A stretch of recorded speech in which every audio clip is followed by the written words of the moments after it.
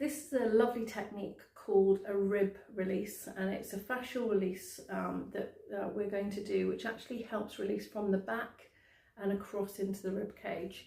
Now, as with any of the techniques that we're using for scar therapy, we are actually going to use really gentle progressive movement. So we are not going hard and fast, we're not actually pulling really long pulls. We're going to listen to the body and listen to the connective tissue and allow that to actually work with us. So you're going to stand on the opposing side of the person that you're going to do the stretch on, because this is so difficult for a person to do themselves. This is a lovely partner move for somebody else to do for you. So what you're going to do is you're going to very gently place your hands on the side of the abdominal wall and also the side of the rib cage. So again, with any of these techniques, we're not pushing down, we're not creating pressure, we're just attaching the hands. The hands aren't flowing over the skin, the hands are actually going to move with the skin under it. So it's as if it's a magnet between your skin and your hands. Okay, so the first one to do is just allow the person in front of you just to relax, and you're going to make sure that you're relaxed from your hands, your wrists, your elbow and your shoulders. So you're in a really nice position and there is no stress in your body at all. So just allowing yourself to breathe in that position, gaining that connection between your hands and the person in front of you, skin, and always communicating with that person that you're working with as well.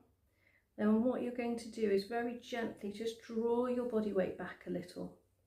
And by drawing your body weight back a little, you're allowing that very gentle pull coming from the back and up and around that rib cage. So there's no downward pressure. Always work with the person in front of you and who's lying in front of you, and just ask them if that feels okay for them and allow them to actually feel that stretch. Just take your time. It's very small movements, but it's really deep and really pleasant for that person. So take a nice deep breath and then just allow it back and give that a little bit of movement, see how that's improved. And then very gently again, just assessing your own posture, allowing yourself to draw back a little bit closer. So you're drawing your hands towards their midline, but again, you're listening to their body signals and their communication and allowing yourself just to step back a little bit and give that extra pull. Use your breath and let the person in front of you use their breath as well to relax, and then come back and just see how much better that's moving, and again communicate to see how it feels for the person in front of you. And then finally we're just going to do another stretch, and you can hold these stretches for as long as that person in front of you actually feels it's really nice and it's working for them. But it's a really gentle progressive stretch. And then you're just coming back and checking the movement, and you can palpate again just to see how much of the tension has been taken out of the skin around that surrounding area, and even into the midline as well, because it will have that effect.